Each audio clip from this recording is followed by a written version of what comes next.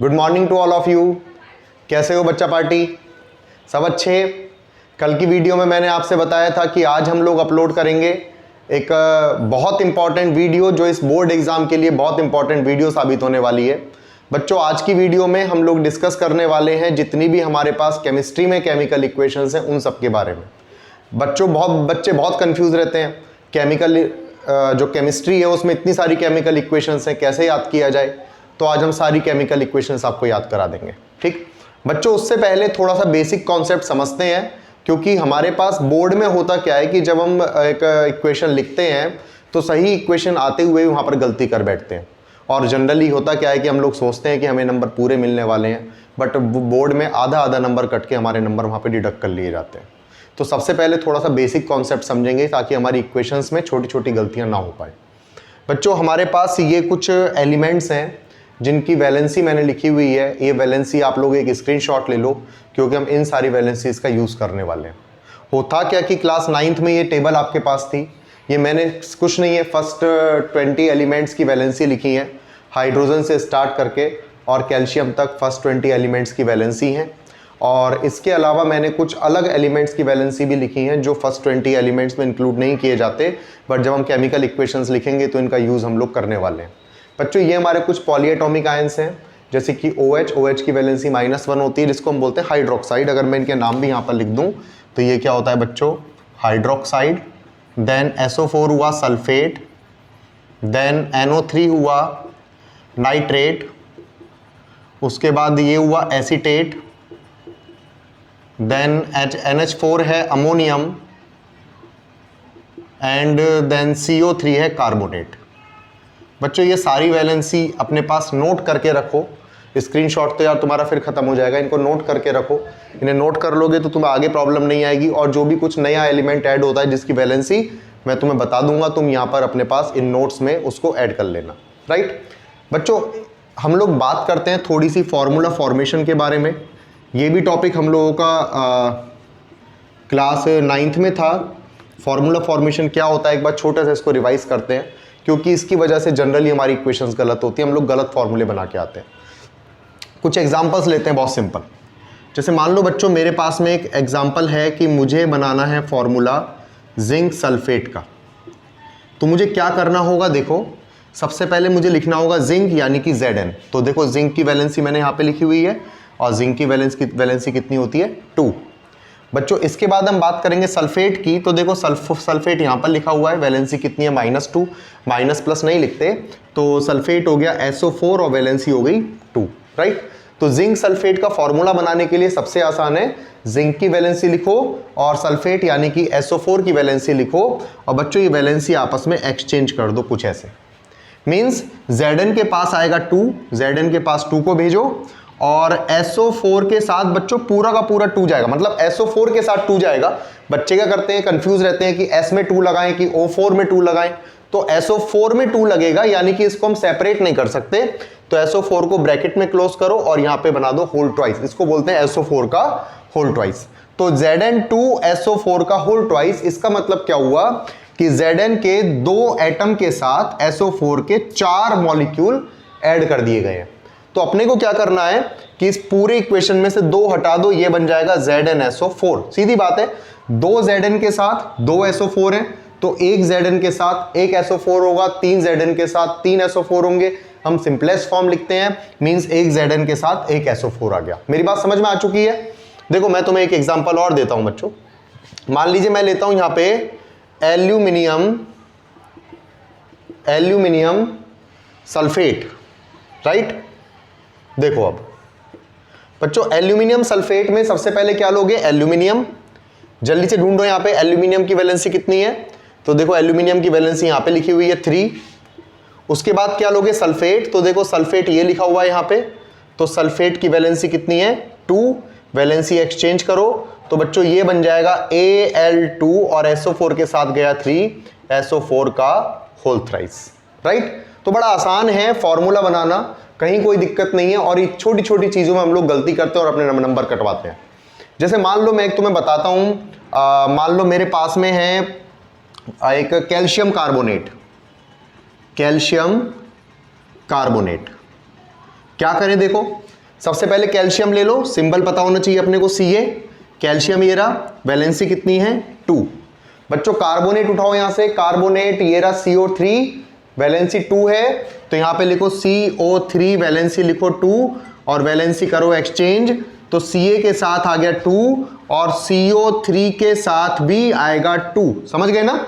CO3 पूरे के साथ 2 आ जाएगा तो ये बन जाएगा Ca2 CO3 का होल ट्वाइस, लेकिन देखो दोनों तरफ 2 है, यानी कि 2 कैल्शियम के साथ 2 CO3 है, तो अपन क्या करेंगे दोनों में से एक एक ले लेंगे, यानी कि CaCO3 ये अपना फॉर्मूला बना देंगे। तो कैल्शियम कार्बोनेट का फॉर्मूला क्या होता है CaCO3। बच्चों हमारे पास एक मॉलिक्यूल ऐसा भी है, एक आयन ऐसा भी है CH3COO, इसमें थोड़ी सी हम गड़बड़ करते हैं, इसको एक बार और देख लेते हैं, मिटा दो इसको। जैसे मान लो मुझे दिया गया यहां पे सोडियम एसीटेट, सोडियम एसीटेट। तो बच्चों सोडियम एसीटेट में देखो हम लोग गलती क्या करते हैं कि जैसे मैंने अभी बताया भाई, जिंक था तो तुमने जिंक पहले लिख दिया, एल्यूमिनियम था तो एल्यूमिनियम पहले लिख दिया।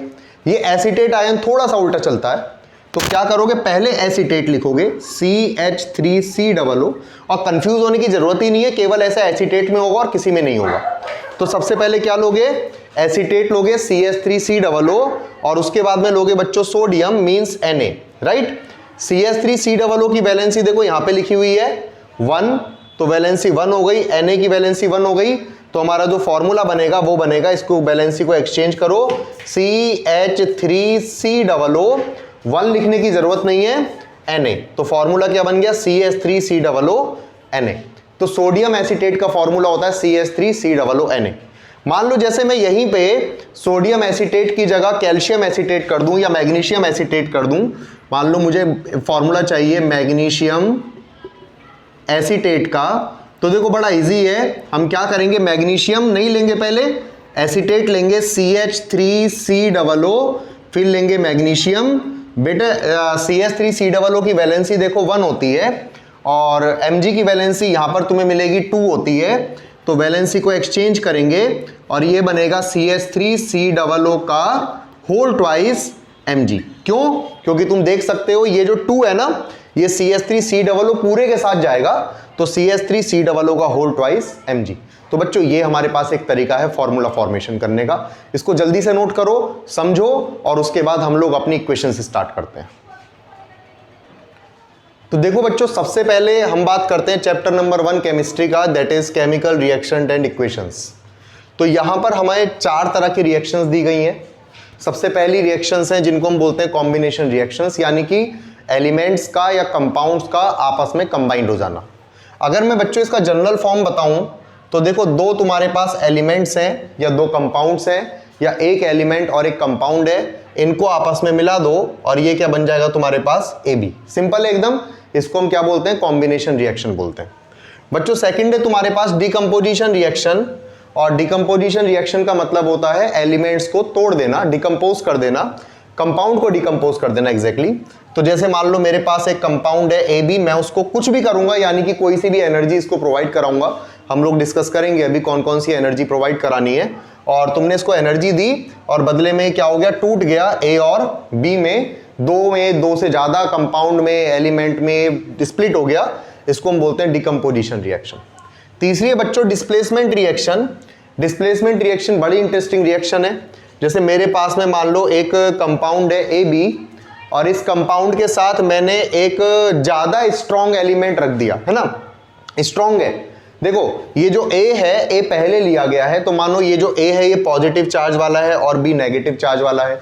अभी हमने डिस्कस किया था कि पॉजिटिव चार्ज वाला पहले, एसीटेट को छोड़ दो, अभी पॉजिटिव चार्ज वाला पहले है और नेगेटिव चार्ज वाला बाद में है। ये जो रखोगे ये क्या होगा, पॉजिटिव चार्ज वाला होगा, यानी कि ये क्या होगा बेटा, यहाँ पे मेटल होगा, राइट।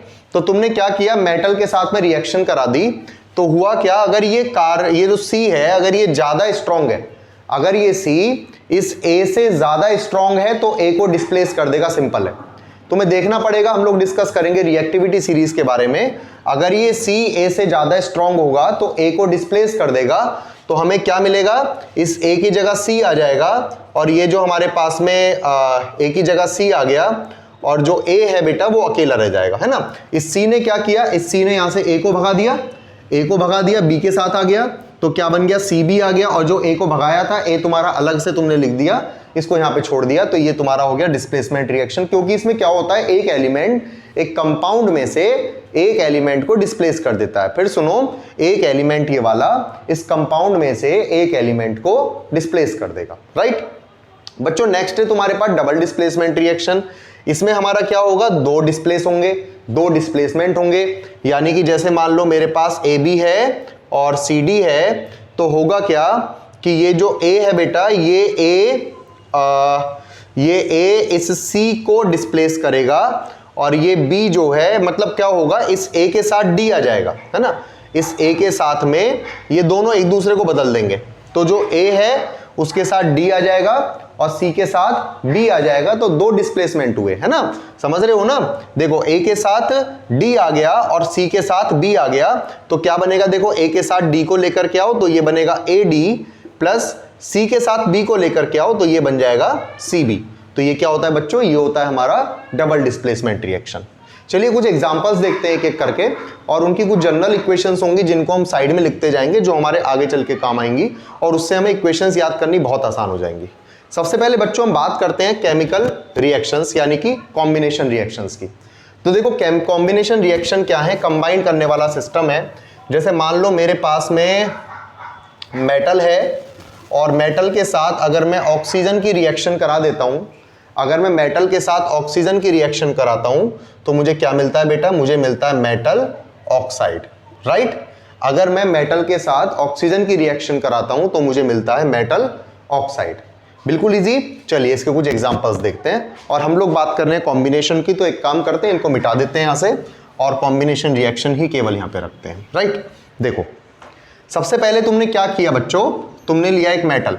अब मेटल तुम्हारा जो मन करे ना वो ले लेना, है ना, यानी कि जो रिएक्टिविटी सीरीज, चलो छोड़ो उसको, मेटल लेते हैं। जैसे मान लो तुमने लिया zinc plus oxygen give rise to metal oxide बना दो, तो जिंक और ऑक्सीजन का मेटल ऑक्साइड क्या होता है, जिंक और ऑक्सीजन का ऑक्साइड क्या होता है, ZnO, यानी कि Zn का ऑक्साइड, सिंपल, है ना। तो तुमने क्या किया, Zn और ऑक्सीजन को मिला दिया और क्या बना दिया, ZnO। तो देखो कितनी आसान रिएक्शन है। अगर मुझे ये याद है, तो मैं इसमें कम से कम मात नहीं खाने वाला, है ना। मुझे क्या करना पड़ेगा, देखो ऑक्सीजन के साथ रिएक्शन ऐसे नहीं होती, मुझे क्या करना पड़ेगा, इसमें इस Zn को ऑक्सीजन की प्रेजेंस में या एयर में गर्म करना पड़ेगा।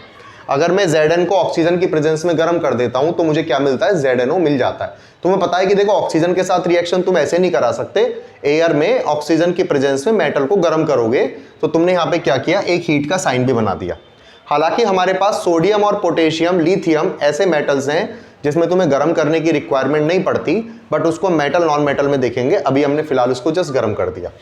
बच्चों सेकेंड एग्जाम्पल लेते हैं, जिंक की जगह कोई और मेटल ले लो। जैसे मान लो मैंने मैग्नीशियम ले लिया, और मैग्नीशियम को जब मैंने ऑक्सीजन की प्रेजेंस में गर्म किया तो मुझे क्या मिला, मुझे मिला MgO, राइट। बच्चों ये जो MgO है ना, ये MgO जो जलता है, यहाँ पे जो ये MgO जलेगा, ये विद डेजलिंग वाइट लाइट जलेगा, डेजलिंग वाइट लाइट जलेगा। बच्चों डेजलिंग वाइट लाइट का मतलब क्या होता है, चकाचौंध कर देने वाली रोशनी, है ना। तो ये जो MgO है ये डेजलिंग वाइट लाइट के साथ जलेगा, यानी कि चकाचौंध करने वाली सफेद रोशनी के साथ जलेगा, राइट। बच्चों यहां पे एक क्वेश्चन और आता है कि मैग्नीशियम को जलाने से पहले, या मैग्नीशियम को ऑक्सीजन की प्रेजेंस में जलाने से पहले हम उसको किसी सैंड पेपर वगैरह से साफ कर लेते हैं। तो एग्जाम में पूछा जाता है कि ऐसा क्यों किया जाता है, क्योंकि ये जो मैग्नीशियम है, जैसे मान लो मेरे पास में एक मैग्नीशियम की रॉड है, छोटी सी स्ट्रिप है, अगर मान लो मैं इसको गर्म करूंगा तो गर्म करने से पहले क्या करूंगा, इसको थोड़ा सा सैंड पेपर से साफ कर लूंगा। ऐसा क्यों है बेटा, क्योंकि इसके पास स्टार्टिंग से ही ना एक लेयर इसके ऊपर जमी हुई होती है। किसकी लेयर होती है, मैग्नीशियम ऑक्साइड की। तो मुझे क्या करना होता है, मुझे मैग्नीशियम ऑक्साइड की लेयर को हटाना पड़ता है, और उसके लिए पहले मुझे उसे सैंड पेपर से घिसना पड़ता है। जब वो लेयर हट जाएगी उसके बाद जब मैं इसको जलाऊंगा, मेरी बात समझ रहे हो ना, पहले इस स्ट्रिप को लूंगा, उसको सैंड पेपर से साफ करूंगा, उसके ऊपर से मैग्नीशियम ऑक्साइड की लेयर हटाऊंगा, उसके बाद जब मैं इसको गर्म करता हूं, जलाता हूं, तो ये डेजलिंग वाइट लाइट के साथ जलती है। तो ये मेरे पास में रिएक्शन है सिंपल एकदम मैग्नीशियम की। ये जो क्वेश्चन मैंने तुम्हें बताया ये बोर्ड के लिए बहुत इंपॉर्टेंट क्वेश्चन है। और इसके अलावा इस मैग्नीशियम रिबन को सैंड पेपर से साफ क्यों किया जाता है, तो ये भी तुम्हारा एक बहुत इंपॉर्टेंट क्वेश्चन है, मैग्नीशियम ऑक्साइड की लेयर को रिमूव करने के लिए ताकि ये ठीक तरह से जल सके। मेरी बात समझ में आ रही है ना। इसके बाद बेटा तुम्हारे पास में जो रिएक्शंस आएंगी, अब तुम ले लो नॉन मेटल, है ना। तो तुमने लिया नॉन मेटल प्लस ऑक्सीजन, तो क्या मिलेगा तुम्हें, non metal oxides, non metal oxides. तो बेटा ये तुम्हारे पास में आया। देखो हमने क्या किया, नंबर 3 पे एक एग्जांपल लिया, एक नॉन मेटल ले लो, जैसे मान लो सल्फर ले लेते हैं। तो सल्फर को जब ऑक्सीजन की प्रेजेंस में गर्म करते हैं, मतलब जलाते हैं, तो क्या बनता है, SO2 बनता है। और SO2 क्या हो गया, सल्फर डाइऑक्साइड हो गया। सल्फर क्या है, नॉन मेटल, तो SO2 क्या हो गया, एक नॉन मेटेलिक ऑक्साइड हो गया, है ना। तो 3 रिएक्शंस क्लियर हो गई। उसके बाद बच्चों 4th रिएक्शन की बात करते हैं। तो देखो ध्यान से, ये जो तुम्हारे पास ऑक्साइड्स बने, ये जो तुम्हारे पास ऑक्साइड बना मेटल ऑक्साइड, ये कैसा होता है, बेसिक इन नेचर होता है। ये होता है बेसिक इन नेचर। बच्चों बेसिक इन नेचर का मतलब क्या होता है कि अगर तुम इसके अंदर वाटर को मिला दोगे तो बेस बन जाएगा, है ना। तो मैंने क्या किया, अगर मैं इन ZnO में और MgO में अगर वाटर को ऐड कर देता हूं तो क्या बनाएगा बेटा, ये बनाएगा बेस। तो यहां पर बन जाएगा MgOH का होल ट्वाइस, सॉरी यहां पर बनेगा ZnOH का होल ट्वाइस, और यहां पर बन जाएगा MgOH का होल ट्वाइस। बहुत इंपॉर्टेंट रिएक्शंस हैं कि अगर मैं मेटल ऑक्साइड्स में वाटर को ऐड करता हूं तो बेस बनाता है। तो देखो जिंक ऑक्साइड में वाटर को ऐड किया तो जिंक का बेस बन गया, मींस ZnOH का होल ट्वाइस। और मैग्नीशियम ऑक्साइड में वाटर को ऐड किया तो मैग्नीशियम का बेस बन गया, दैट इज MgOH का होल ट्वाइस। मुझे लगता है इसमें कोई डाउट नहीं है।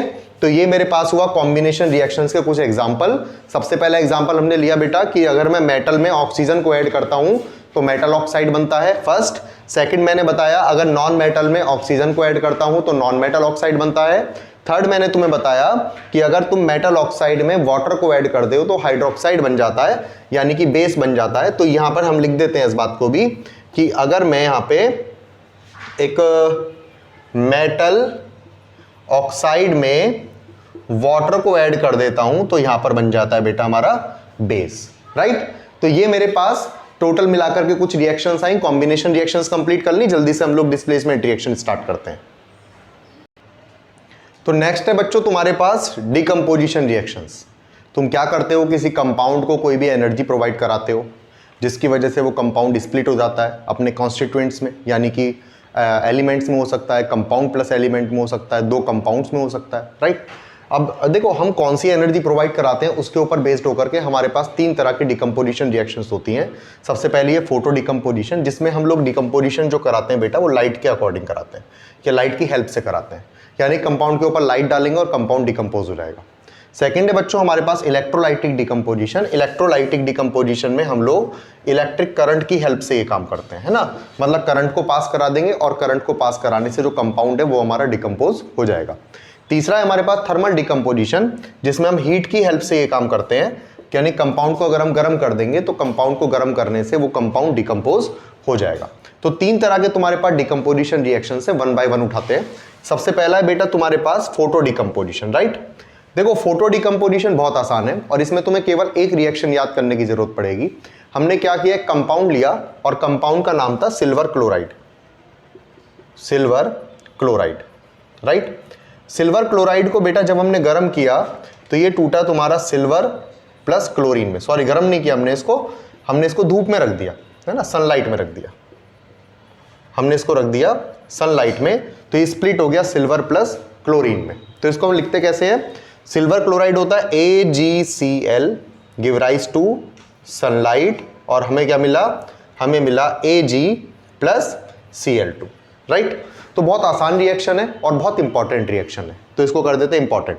वैसे ही मैं तुम्हें बताऊं जो डिकम्पोजिशन रिएक्शन है ना वो इन सारी रिएक्शंस में सबसे ज़्यादा इंपॉर्टेंट है। एग्जाम में आता है कि डिकम्पोजिशन रिएक्शंस क्या होती हैं, कितनी तरह की होती हैं, और हर रिएक्शन का 1-1, 2-2 एग्जाम्पल तुम्हें देना होता है, ठीक। तो फोटो डिकम्पोजिशन में तुम एक एग्जाम्पल याद कर सकते हो कि AgCl को सनलाइट में रखने पर वो Ag और क्लोरीन में स्प्लिट हो जाता है, यहां पर बच्चों एक इंपॉर्टेंट क्वेश्चन बनता है कि इस AgCl को हम लोग डार्क कलर की बॉटल्स में क्यों स्टोर करते हैं। तो इसको हम स्टोर करते हैं किसमें, डार्क बॉटल्स में, और उसका रीजन क्या होता है, इसको प्रोटेक्ट करने के लिए सनलाइट से। सनलाइट पड़ेगी तो स्प्लिट हो जाएगा और हमारे काम का नहीं रहेगा, खराब हो जाएगा। तो इसको प्रोटेक्ट करने के लिए फ्रॉम सनलाइट हम इसको डार्क कलर की बॉटल्स में स्टोर करके रखते हैं, राइट। बच्चों दूसरा क्वेश्चन यहां से बनता है कि AgCl का यूज कहां पे किया जाता है। तो AgCl का यूज किया जाता है ब्लैक एंड वाइट फोटोग्राफी में, राइट। इसका यूज किया जाता है ब्लैक एंड वाइट फोटोग्राफी में। बहुत ही आसान है, ये हमारे पास हुआ एक पहला वाला यानी कि फोटो डिकम्पोजिशन, ठीक। बच्चों फोटो डिकम्पोजिशन के बाद सेकंड है हमारे पास इलेक्ट्रोलाइटिक डिकम्पोजिशन। तो उसमें हम क्या करते हैं, इलेक्ट्रिक करंट को पास कराते हैं, और इलेक्ट्रिक करंट को पास कराने से, इसको मिटा दूं, कंप्लीट हो गया ना, हाँ। तो हम इलेक्ट्रिक करंट को पास कराते हैं, और इलेक्ट्रिक करंट को पास कराने से जो हमारे पास कंपाउंड होता है वो स्प्लिट हो जाता है। तो देखो बी है हमारे पास इलेक्ट्रोलाइटिक डिकम्पोजिशन, और इसकी सबसे इंपॉर्टेंट रिएक्शन है वाटर में से करंट को पास कराओ, जिसको हम लिखते हैं इलेक्ट्रिसिटी। और बच्चों जब वाटर में से इलेक्ट्रिसिटी को पास कराते हैं तो वो H2 और O2 में स्प्लिट हो जाता है। बहुत आसान है ना। वाटर में से इलेक्ट्रिसिटी को फ्लो कराने पर वो H2 और O2 में स्प्लिट हो जाता है। बच्चों यहां से एक बहुत इंपॉर्टेंट क्वेश्चन बनता है कि मान लो मैं इसका सेटअप बनाऊं। देखो तो मैंने क्या किया, कंटेनर लिया और इस कंटेनर में पानी भर दिया, और पानी भर के मैंने इसमें 2 इलेक्ट्रोड लगाए, राइट। और बच्चों इलेक्ट्रोड लगाने के बाद मैंने इसमें बीच में एक बैटरी को कनेक्ट कर दिया, और इलेक्ट्रोड में एक पॉजिटिव टर्मिनल होगा जो बैटरी से कनेक्ट होगा पॉजिटिव से, जो बैटरी के नेगेटिव से कनेक्ट होगा वो नेगेटिव टर्मिनल होगा। इस नेगेटिव वाले को हम क्या बोलते हैं, कैथोड बोलते हैं, और इस पॉजिटिव वाले को बच्चों हम बोलते हैं एनोड, राइट। तो एग्जाम में ये आता है कि अगर मैं इन दोनों टर्मिनल्स को या इन दोनों इलेक्ट्रोड्स को एक टेस्ट ट्यूब से कवर कर दूं, यानी कि देखो यहां पर मैं एक टेस्ट ट्यूब बनाऊं ऐसे करके, और इसको यहां पे कवर कर दूं, दिख रहा होगा साफ साफ, है ना। एक टेस्ट ट्यूब से मैं इसको कवर कर दूं ऐसे, ठीक। और बच्चों एक टेस्ट ट्यूब मैं यहां पर बनाऊं और मैं इसको कवर कर दूं। तो एग्जाम में आता है कि एक टेस्ट ट्यूब में जो गैस का वॉल्यूम होता है वो दूसरे से डबल होता है। इसका तुमसे रीजन पूछा जाता है। तो देखो जो पॉजिटिव टर्मिनल है उस पे नेगेटिव चार्ज अट्रैक्ट होता है, पॉजिटिव टर्मिनल पे नेगेटिव चार्ज अट्रैक्ट होता है, और नेगेटिव चार्ज कौन सा होता है, ऑक्सीजन। तो यहां पर जो बच्चों इस साइड में जो गैस तुम्हें इकट्ठा मिलेगी इसके अंदर जो गैस बनेगी वो कौन सी होगी, ऑक्सीजन होगी, है ना। और जो इस वाले के अंदर जो गैस होगी वो कौन सी होगी बच्चों, वो होगी हाइड्रोजन, क्योंकि नेगेटिव वाला टर्मिनल है, नेगेटिव वाला इलेक्ट्रोड है, और इसके ऊपर पॉजिटिव चार्ज वाली गैस अट्रैक्ट होगी, मींस हाइड्रोजन आ जाएगी। अब यहां पर क्या होगा कि ये जो हाइड्रोजन है, अगर तुम इस फॉर्मूले में देखोगे H2O में, तो रेशो क्या है बच्चों, जो हाइड्रोजन है वो डबल क्वांटिटी में है और ऑक्सीजन कम क्वांटिटी में है, यानी कि 2:1 में है। अगर मैं वॉल्यूम वाइज देखूं तो हाइड्रोजन 2 में है और ऑक्सीजन 1 में है। मतलब अगर मैं 2 ग्राम हाइड्रोजन लूंगा तो मुझे 1 ग्राम, या मैं 2 ग्राम नहीं, अगर मैं 2 एटम हाइड्रोजन के लूंगा तो मुझे 1 एटम ऑक्सीजन का लेना पड़ेगा, राइट। तो 2 एटम हाइड्रोजन के लूंगा तो यानी कि हाइड्रोजन डबल क्वांटिटी में मिलेगी और ऑक्सीजन सिंगल क्वांटिटी में मिलेगी। तो एग्जाम में आता है कि इनका रेशो क्या मिलेगा, तो हाइड्रोजन और ऑक्सीजन का जो रेशो मिलता है वो मिलता है 2:1 के फॉर्म में मिलता है। यानी कि अगर इसके अंदर मान लो 1 ग्राम ऑक्सीजन है, 1 ग्राम ऑक्सीजन है, 1 ग्राम नहीं, वॉल्यूम की बात कर रहे हैं। मान लो इसके अंदर 10 मॉलिक्यूल है, 10 एटम है ऑक्सीजन के, तो इसमें कितने होंगे, इसमें 20 एटम हाइड्रोजन के होंगे, है ना। तो वॉल्यूम वाइज अगर बात करें तो इसमें जो हमारे पास गैस इकट्ठी होगी वो इसकी हाफ होगी, या जो हमारे पास ये कैथोड वाली साइड है उसमें जो गैस मिलेगी तुम्हें, यानी कि जो हाइड्रोजन मिलेगी वो डबल क्वांटिटी में मिलेगी। तो बच्चों ये हमारे पास में इलेक्ट्रोलाइटिक डिकम्पोजिशन, इसका मैंने तुम्हें एक इंपॉर्टेंट क्वेश्चन बताया कि इलेक्ट्रोलाइटिक डिकम्पोजिशन में जो गैसेज है उसका रेशो क्या होता है, तो हाइड्रोजन का और ऑक्सीजन का जो रेशो होता है वो होता है 2:1 के फॉर्म में होता है। तो मुझे लगता है इसमें कोई दिक्कत नहीं है, ये समझ में आ गया होगा। और बच्चों इसके बाद हम बात करते हैं थर्मल डिकम्पोजिशन की। तो देखो थर्मल डिकम्पोजिशन क्या है, और ये सबसे ज़्यादा इंपॉर्टेंट, अगर मैं इन तीनों में बात करूं तो थर्मल डिकम्पोजिशन की जो रिएक्शंस हैं वो सबसे ज़्यादा इंपॉर्टेंट होती हैं। तो यहाँ पर हम लोग बच्चों बात करेंगे 2 रिएक्शंस के बारे में जो बहुत इंपॉर्टेंट है, और ध्यान से समझना। मैंने लिया सबसे पहले FeSO4.7H2O। बच्चों जो फेरस सल्फेट है, अब कलर ध्यान रखना, फेरस सल्फेट का कलर कैसा होता है, ग्रीन। इसको बोलते हैं फेरस सल्फेट हेप्टाहाइड्रेट। अगर हम FeSO4 लिखते हैं तो भी गलत नहीं होता, अगर हम FeSO4.7H2O लिखते हैं तो भी सही होता है ना। तो FeSO4.7H2O को अगर हम गर्म करते हैं ठीक। तो बेटा इसको गर्म करने पर क्या होता है, ये जो 7H2 है ना, ये हट जाता है, वेपर में कन्वर्ट हो जाता है। वाटर है ना, वाटर ऑफ क्रिस्टलाइजेशन बोलते हैं इसको, तो ये वेपर में कन्वर्ट हो जाता है। तो तुम्हें मिलता है FeSO4 प्लस 7H2O। भाई जो ग्रीन कलर था ना, वो इस 7H2O की वजह से है, वाटर ऑफ क्रिस्टलाइजेशन की वजह से है। अगर तुम मान लो इस ग्रीन कलर को हटा देते हो, अगर तुम वाटर ऑफ क्रिस्टलाइजेशन को हटा देते हो तो इसका ग्रीन कलर भी हट जाता है, और यहां पे तुम्हें जो कलर मिलता है वो मिलता है डर्टी वाइट। Dirty white. तो तुम देख सकते हो एक कंपाउंड था, दो कंपाउंड में टूट गया, यानी कि डिकम्पोजिशन हो गया जस्ट गर्म करने से, है ना। इसके बाद में बच्चों तुमसे पूछा जाता है कि अगर तुम इसको फर्दर हीट करते हो, आगे गर्म करते हो, तो क्या होता है। तो देखो आगे गर्म करने पर क्या होगा बच्चों, ये जो FeSO4 बनाता है तुम्हारा, क्योंकि FeSO4.7H2O तो खत्म हो गया, ये जो वाटर एक एस फॉर्म में तुम्हारा, ये वेपर के फॉर्म में, तो ये उड़ जाएगा, क्या बचेगा, FeSO4 बचेगा। तो FeSO4 को अगर तुम आगे गर्म करते हो, है ना, तो होता क्या है, बनता है तुम्हारा FeO यानी कि ferrous oxide plus SO2 plus SO3।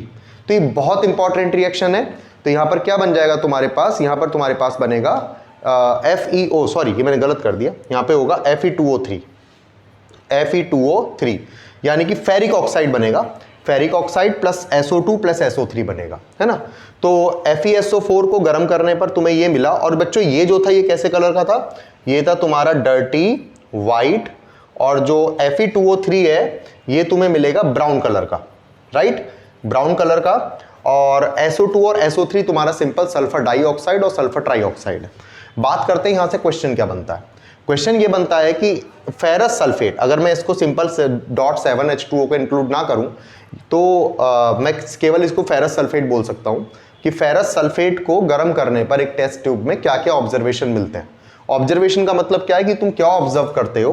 तो देखो इसको गर्म करने पर क्या होगा बेटा, कि ये जो ग्रीन कलर था, ये ग्रीन कलर खत्म हो जाएगा, और ग्रीन कलर खत्म होकर के पहले डर्टी वाइट बनेगा और उसके बाद ब्राउन कलर बनेगा। मेरी बात समझ रहे हो। तो अगर मैं इसमें ऑब्जर्वेशंस की बात करूं तो सबसे पहला ऑब्जर्वेशन क्या होगा, कि ग्रीन कलर खत्म होगा किसमें, डर्टी वाइट में, और डर्टी वाइट किस में कन्वर्ट हो जाएगा, फाइनली ब्राउन में कन्वर्ट हो जाएगा, राइट। बच्चों दूसरा ऑब्जर्वेशन क्या बनता है, कि जो SO2 और SO3 है, इसकी वजह से बर्निंग सल्फर की स्मेल आती है, बर्निंग सल्फर की। तो यहां पे जो ऑब्जर्वेशन है दूसरा, वो क्या है, बर्निंग सल्फर की स्मेल, बर्निंग सल्फर की स्मेल आती है। तो स्मेल ऑफ बर्निंग सल्फर। तो ये बहुत इंपॉर्टेंट क्वेश्चन है हमारे पास। FeSO4 यानी कि फेरस सल्फेट को गर्म करने पर क्या ऑब्जर्व किया आपने। तो भैया तुमने क्या ऑब्जर्व किया था, तुमने ऑब्जर्व किया जो ग्रीन कलर था उसका, वो कन्वर्ट हुआ पहले डर्टी वाइट में, फिर कन्वर्ट हुआ ब्राउन कलर में। और तुमने दूसरा ऑब्जर्व किया कि बर्निंग सल्फर की तुम्हें स्मेल महसूस हुई, फील हुई। ये हमारे पास है फेरस सल्फेट, राइट। बच्चों फेरस सल्फेट के बाद जो नेक्स्ट है हमारे पास, वो है लेड नाइट्रेट। तो देखो लेड नाइट्रेट की बात कर लेते हैं, मींस PbNO3 का होल ट्वाइस, है ना, PbNO3 का होल। हाँ तो बेटा PbNO3 का होल ट्वाइस ये कैसा होता है, कलरलेस होता है। ये कैसा होता है, कलरलेस। इसको मैंने गर्म किया, तो गर्म करने पर ये बनेगा PbO plus NO2 plus O2। तो बड़ा आसान है, ये तुम्हारे पास एक रिएक्शन बन गई इस PbNO3 के होल ट्वाइस को गर्म करने पर, जिसका नाम क्या है, लेड नाइट्रेट। लेड नाइट्रेट कैसा होता है, कलरलेस होता है। और जब मैं इसको गर्म करता हूं तो बनता है PbO, और बेटा जो PbO होता है वो ब्लैक कलर का होता है, राइट।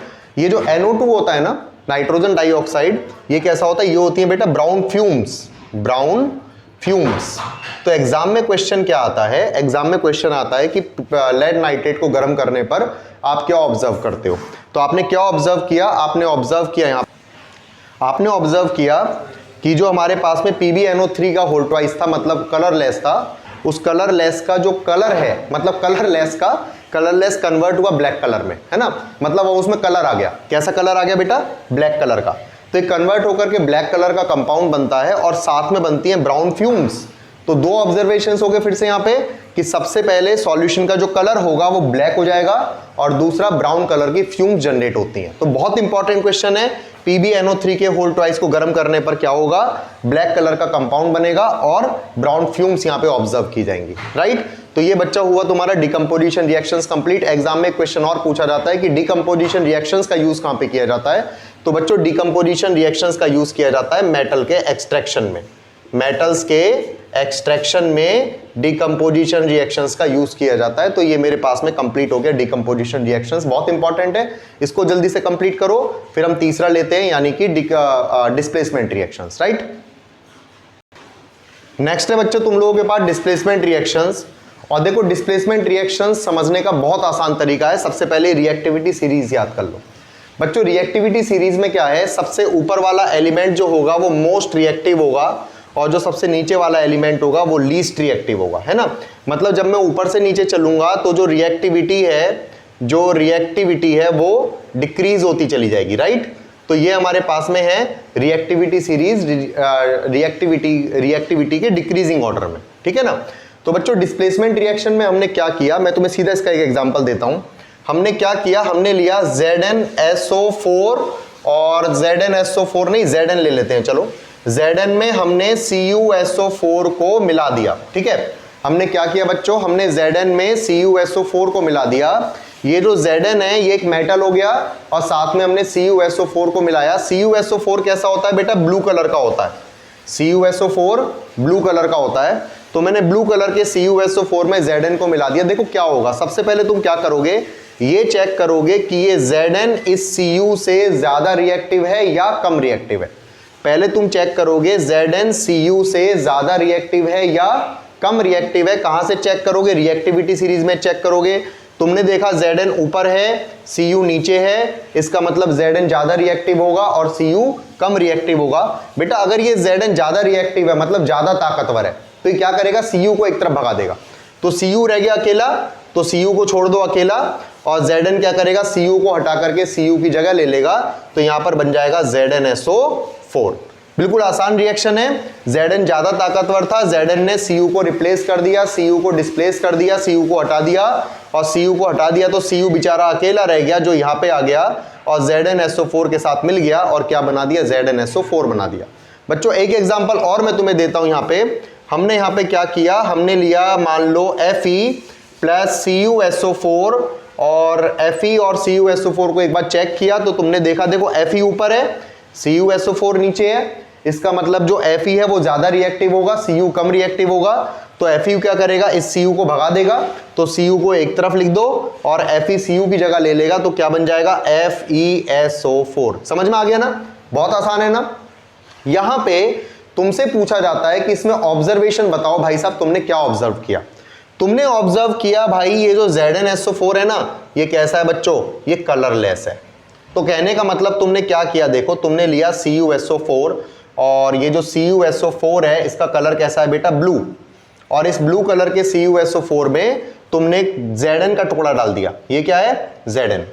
तो जब तुम इसमें Zn का टुकड़ा डालोगे तो क्या होगा, Zn का पीस डालने पर ये बनेगा ZnSO4। तो ये सॉल्यूशन किसका हो गया, अब ZnSO4 का। यानी कि कहने का मतलब हुआ कि ब्लू कलर कलरलेस हो गया, ब्लू कलर डिसअपीयर हो गया, ब्लू कलर फेड हो गया और ये कलरलेस हो गया क्योंकि बन गया ZnSO4।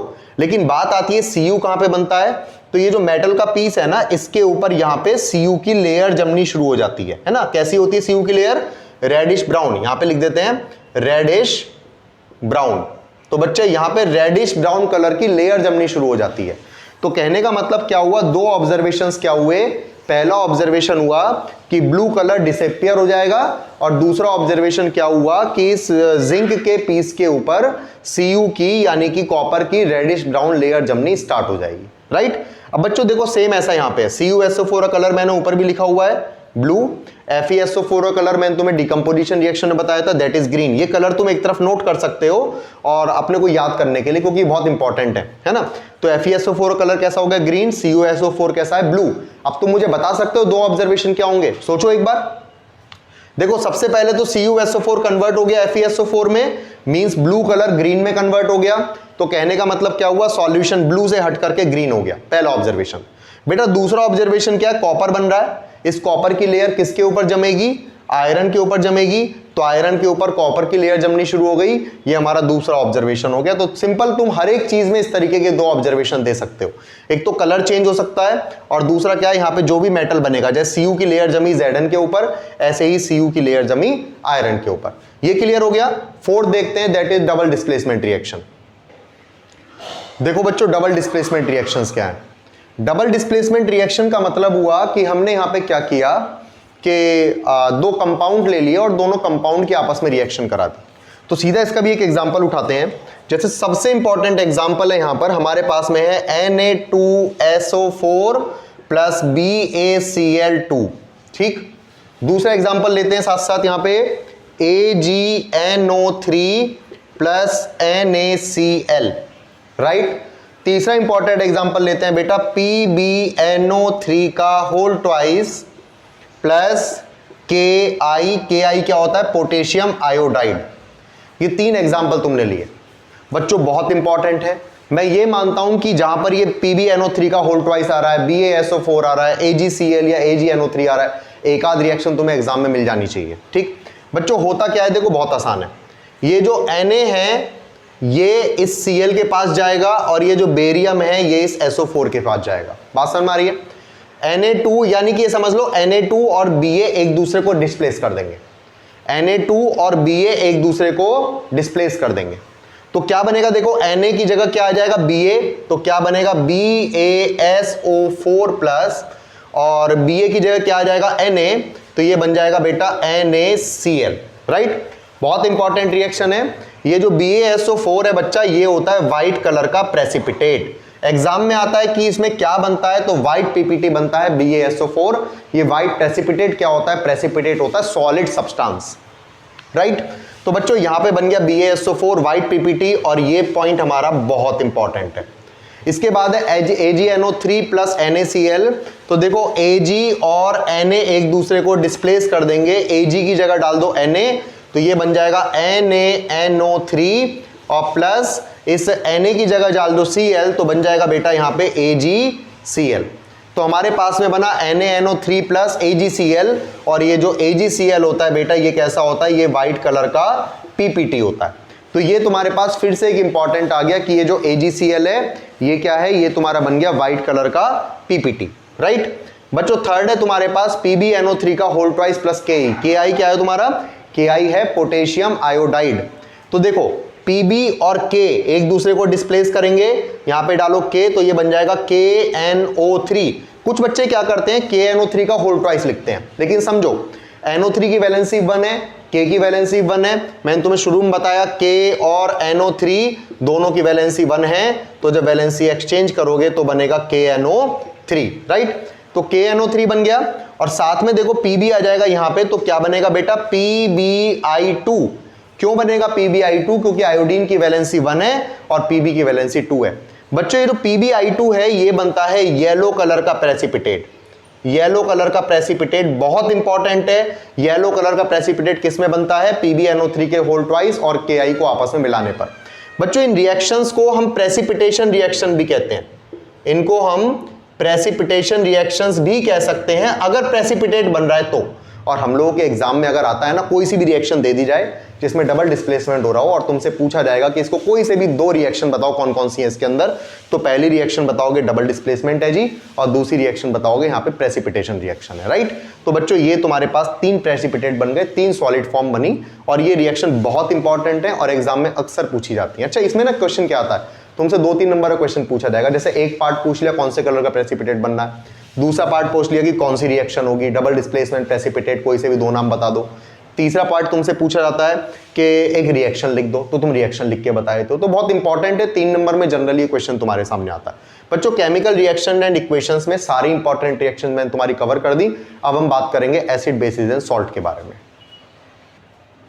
तो बच्चों नेक्स्ट है तुम्हारे पास एसिड बेसिस एंड सॉल्ट्स। देखो एसिड बेसिस एंड सॉल्ट में हम लोग इसको 2 पार्ट में डिवाइड करेंगे, एसिड्स और बेसिस। इसके अलावा सॉल्ट्स भी है बच्चों, लेकिन सॉल्ट्स अपने आप में इस चैप्टर का सबसे इंपॉर्टेंट टॉपिक है।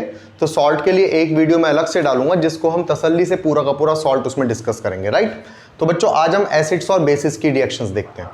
सबसे पहले पहली रिएक्शन है तुम्हारे पास acid plus metal give rise to salt plus hydrogen gas.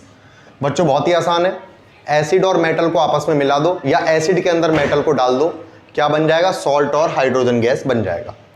बच्चों इसमें मैं एक रिएक्शन और ऐड करना चाहूंगा साथ में, base plus metal give rise to salt plus hydrogen gas. देखो कितना आसान है।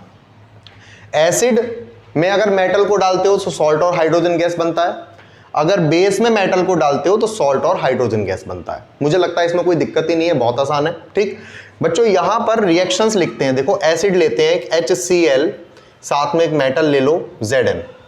हो गया क्या? होगा क्या यहाँ पे कि ये जो Zn है ये और HCl आपस में मिलेंगे तो बन जाएगा बच्चों ZnCl2, हाइड्रोजन को अकेला छोड़ दो और बन जाएगा H2 हाइड्रोजन गैस। राइट, एक और एग्जांपल लेते हैं, H2SO4 प्लस और यहां पे तुम ले लो मान लो Mg, तो बच्चों यहां पे क्या होगा? Mg और SO4 आपस में मिलेंगे तो ये बन जाएगा MgSO4 प्लस, हाइड्रोजन को अकेला छोड़ दो तो यहां पे आ गया हाइड्रोजन गैस। आसान है बच्चों। इसके बाद बात आती है तुम्हारे पास, ये रिएक्शन हो गई एसिड की, अब आ जाओ बेस पे। ये जो बेस की रिएक्शंस है ना, ये मोस्ट इंपॉर्टेंट रिएक्शंस है। ये मेरे ख्याल में लास्ट से लास्ट ईयर पूछी गई थी और ये थोड़ी सी कंफ्यूजिंग होती है, इसीलिए थोड़ी सी इंपॉर्टेंट हो जाती है। जो चीज़ बड़ी कंफ्यूजिंग होती है ना, उसको बोर्ड अपना इंपॉर्टेंट कर देता है। देखो सबसे पहले हम बात करते हैं बेस की। तो मान लो हमने ले लिया NaOH यानी कि बेस। बच्चों बेस के साथ में अगर एक मेटल को ऐड कर दें तो मेटल तुमने ले लिया Zn। एसिड और बेस की पहचान तो अपने को है ना, एसिड है H2SO4 सल्फ्यूरिक एसिड, HCl यानी कि हाइड्रोक्लोरिक एसिड, और तीसरा है हमारे पास HNO3 यानी कि नाइट्रिक एसिड। राइट बच्चों, बेस की पहचान क्या है? बेस में होगा NaOH, KOH, जिनके लास्ट में भी OH आ रहे हैं, यानी कि तुम्हें उसमें अल्कोहल को छोड़ दो तो जिनके लास्ट में OH आते हैं वो क्या होते हैं? बेस होते हैं। तो NaOH और Zn मिलेगा तो बच्चों यहां पे बनेगा Na2ZnO2 प्लस H2। ये बहुत इंपॉर्टेंट रिएक्शन है। ये जो बनता है ना, इसका नाम क्या है? Sodium zincate. सोडियम जिंकेट, और ये बहुत इंपॉर्टेंट है और एग्जाम में अक्सर पूछी जाती है। इसमें ना सॉल्ट का नाम याद नहीं रहता तो हम अक्सर यहां पे गलती करके आते हैं। Na2ZnO2 sodium zincate.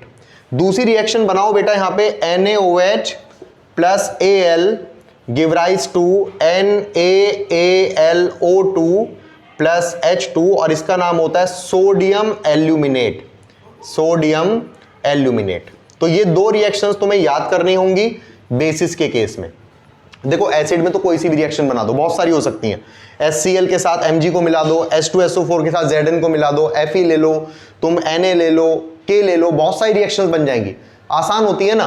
बात क्या होता है, तुम यहाँ पे एक सॉल्ट कोई सा भी जो बन रहा हो बना दो प्लस हाइड्रोजन गैस बना दो। जैसे मान लो फॉर एग्जांपल मैं इस HCl के साथ Na को ले लूं तो क्या होगा?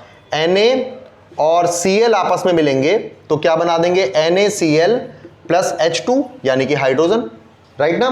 तो ये रिएक्शंस तो आसान होती हैं, ये थोड़ी सी अजीब होती हैं। और मजे की बात ये है कि बेसिस में, बेस प्लस मेटल में, इसके अलावा कोई से भी मेटल के साथ रिएक्शन तुमसे नहीं पूछी जाएगी।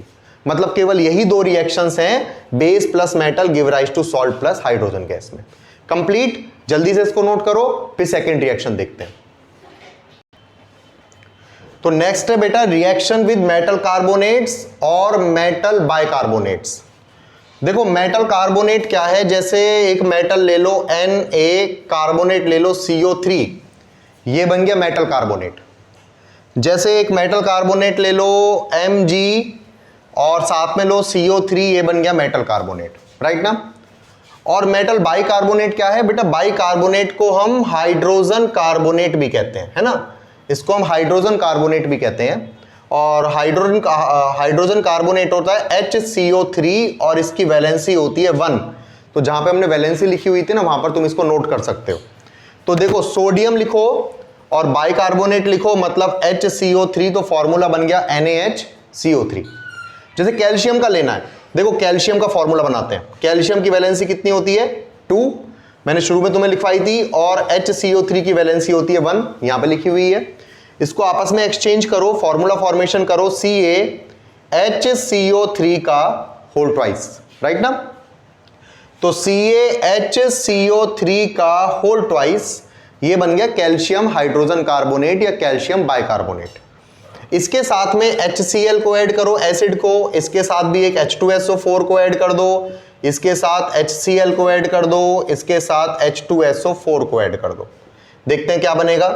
तो बेटा यहां पे रिएक्शन क्या होती है कि अगर तुम मेटल कार्बोनेट या बाइकार्बोनेट कुछ भी ले लो, तो यहां पे ले लो मेटल कार्बोनेट और बाइकार्बोनेट और इसके साथ में रिएक्शन करा दो एसिड की, तो बनेगा salt plus CO2 plus water. बहुत इंपॉर्टेंट है, salt plus CO2 plus water.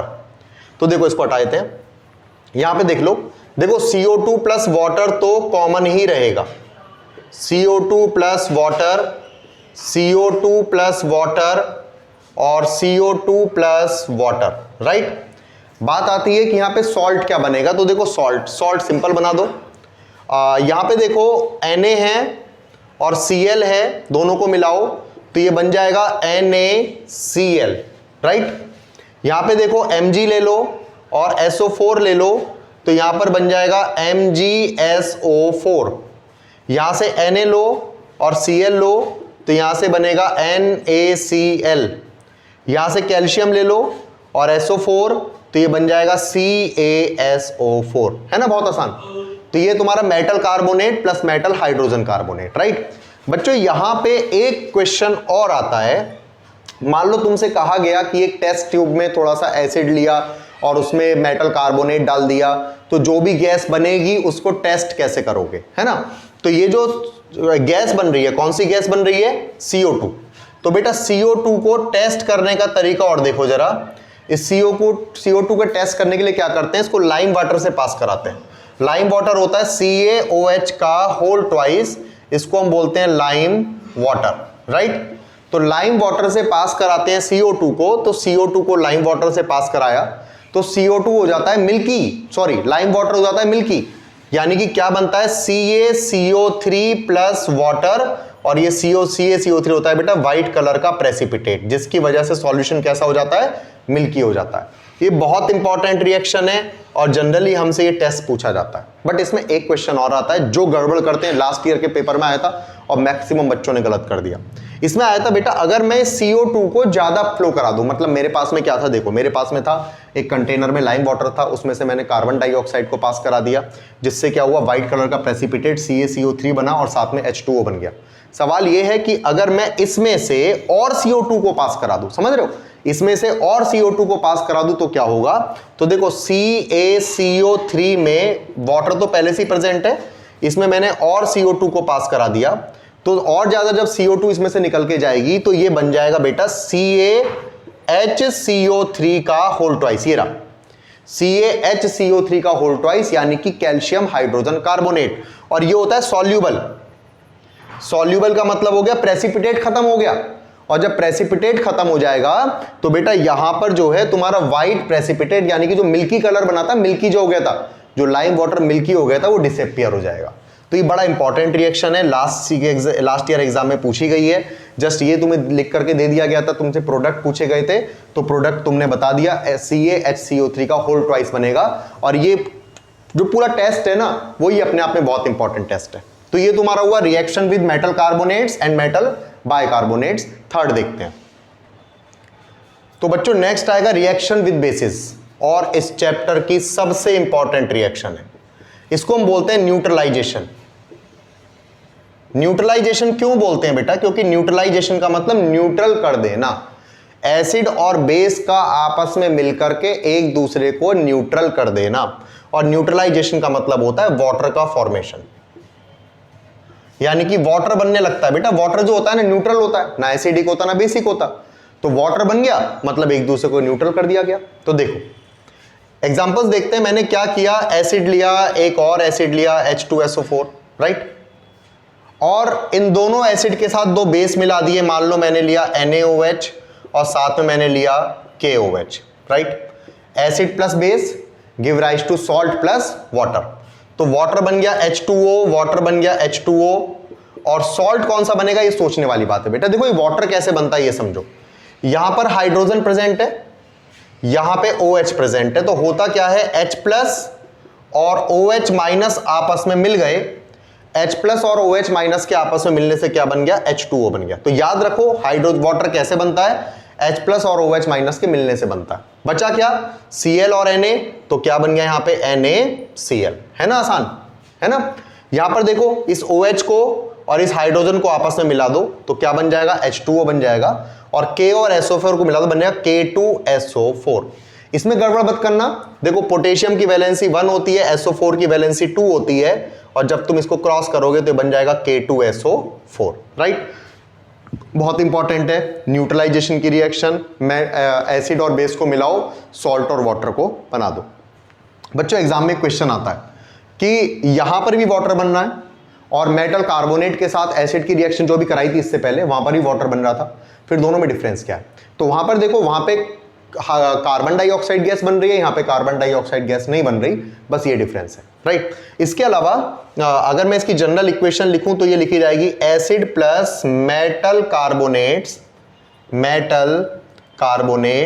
Give rise to salt, sorry metal carbonates नहीं, plus bases, acids plus base give rise to salt plus water, right. तो ये इसकी बन जाएगी general equation, acid plus base give rise to salt plus water. तो बहुत important है, इस चैप्टर की सबसे इंपॉर्टेंट रिएक्शन तुम्हें मिलती है रिएक्शन विद बेसिस, और अगर बेसिस की प्रॉपर्टी की बात करेंगे तो रिएक्शन विद एसिड्स, बात एक ही है, acid plus base give rise to salt plus water. Complete. 4 देखते हैं। तो बच्चों नेक्स्ट आया तुम्हारा रिएक्शन विद मेटल कार्बोनेट्स। अच्छा याद करो, मैंने तुम्हें स्टार्टिंग में बताया था जब हम पहले चैप्टर के क्वेश्चंस लिख रहे थे कि metal oxides are basic in nature, यानी कि अगर इनको वाटर में ऐड करोगे तो बेस बना देंगे। एक रिएक्शन का एग्जांपल भी दिया था मैंने तुम्हें। तो अगर मैं मेटल ऑक्साइड की रिएक्शन कराता हूं एसिड के साथ, तो देखो मेटल ऑक्साइड कैसे होते हैं बेटा, बेसिक होते हैं, और एसिड तो एसिड है ही, तो एसिड प्लस बेस क्या बनता है, सॉल्ट प्लस वाटर बनता है, इसलिए यहां पर भी सॉल्ट प्लस वाटर बन जाएगा। एक रिएक्शन लेते हैं, एसिड का एग्जांपल लेते हैं HCl और H2SO4। अच्छा जनरली हम इन दोनों के बारे में ही बात करते हैं, तो बाकी ज्यादा के बारे में सोचने की जरूरत नहीं है। मेटल ऑक्साइड ले लिया बेटा तुमने, तो मेटल ऑक्साइड तुमने लिया तो यहां पर तुमने लिया मान लो CaO, और एक तुमने ले लिया यहां पे Na2O, राइट। मेटल ऑक्साइड है, कैल्शियम ऑक्साइड है और सोडियम ऑक्साइड है। तो बच्चों यहां पे क्या होगा, सॉल्ट बनेगा और वाटर बनेगा। देखो ये जो H है और ये जो O है इसको हटा दो और बना दो H2O, और यहां पर भी इस H को और इस O को हटा दो और बना दो H2O, राइट। बच्चों बात आती है बाकी बचा हुआ, तो Ca के साथ Cl मिलाओ तो CaCl2, और Na के साथ SO4 मिलाओ तो बन जाएगा Na2SO4। खत्म, एकदम आसान, ये रिएक्शन कंप्लीट हो गई। बाकी क्या बचता है तुम्हारा एसिड्स में, एसिड्स में एक बचता है तुम्हारा, देखो अगर मैं एक एसिड ले लूं HCl ले लूं और उसको वाटर के अंदर डिसॉल्व कर दूं, है ना, उसको मैं वाटर के अंदर डिसॉल्व कर दूं, तो बेटा क्या होता है, ये डिसोसिएट हो जाता है, आयोनाइज हो जाता है। तो क्या बचेगा, H प्लस और Cl माइनस में टूट जाएगा, स्प्लिट हो जाएगा। एसिड की यही पहचान होती है, एसिड को पानी में डालो वो H प्लस और Cl माइनस में टूट जाता है। बच्चों ये जो H प्लस है ना, ये H प्लस मिल जाएगा किसके साथ, वाटर के साथ, H प्लस मिल जाएगा वाटर के साथ, और तुम्हें क्या बना देगा, H3O प्लस आयन बना देगा, राइट। इस H3O प्लस को हम बोलते हैं हाइड्रोनियम आयन, हाइड्रोनियम आयन। एक इंपॉर्टेंट रिएक्शन है, लास्ट ईयर एग्जाम में क्वेश्चन आया था, मैं बताता हूं तुम्हें, और क्वेश्चन ये था कि HCl plus H2O give rise to क्या, कंप्लीट करनी थी रिएक्शन, है ना। तो देखो इन दोनों कंबाइन कर दो, HCl में जब तुमने वाटर को डाला तो क्या बनेगा, एक तो बनेगा H3O प्लस और एक बनेगा Cl माइनस। तो ये बहुत इंपॉर्टेंट रिएक्शन है, लास्ट ईयर एग्जाम में पूछी गई रिएक्शन है। इसके अलावा एक छोटा सा पॉइंट और हमें डिस्कस करना है यहां पे कि सबसे पहले तो है हाइड्रोजन टेस्ट।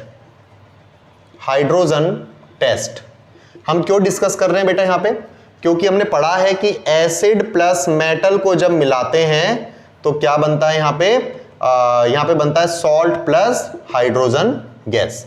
तो हाइड्रोजन टेस्ट करने के लिए पूछा जा सकता है, मान लो तुमसे पूछ लिया कि एक टेस्ट ट्यूब में तुम्हारे पास एसिड है, उसमें मेटल डाल दिया, जो गैस बनेगी उसको कैसे टेस्ट करोगे। तो देखो हाइड्रोजन की टेस्टिंग होती है बबल टेस्ट से, बबल नहीं, pop up sound, pop up से टेस्ट बोल देते हैं, पॉप अप टेस्ट। यानी कि हमने क्या किया, हमने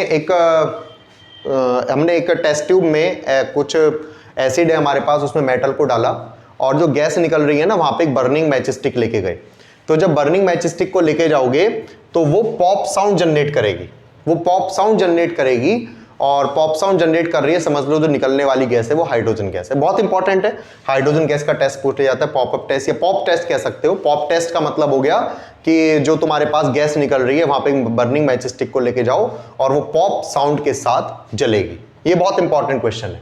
एक क्वेश्चन और यहां इसी से बनता है, इसी से बनता है एक और क्वेश्चन कि तुम लोग अगर मान लो हम बात करें कॉपर की, तो कॉपर के वेसल्स में या कॉपर के बर्तन में हम कर्ड को क्यों नहीं रखते, दही को क्यों नहीं रखते? देखो बच्चों, जो कर्ड होती है ना वो एसिडिक इन नेचर होती है, उसमें लैक्टिक एसिड होता है ना, और जब मान लो वो कॉपर के साथ रिएक्ट करेगा लैक्टिक एसिड, तो धीरे धीरे करके जो सब्सटेंस बनाएगा सॉल्ट प्लस हाइड्रोजन गैस बनेगी, और जो सॉल्ट बनता है ना वो पॉइजनस इन नेचर होता है, जो दही को खराब करता है, कर्ड को खराब करता है, उसको पॉइजनस बनाता है। तो इसीलिए हम कभी भी जो हमारे पास कॉपर वेसल्स होते हैं, कॉपर के बर्तन होते हैं, उसमें हम कर्ड को नहीं रखते, क्योंकि curd being acidic in nature वो क्या करेगा, इस कॉपर के साथ रिएक्ट करके और कुछ ऐसा सॉल्ट बनाएगा जो पॉइजनस इन नेचर होगा।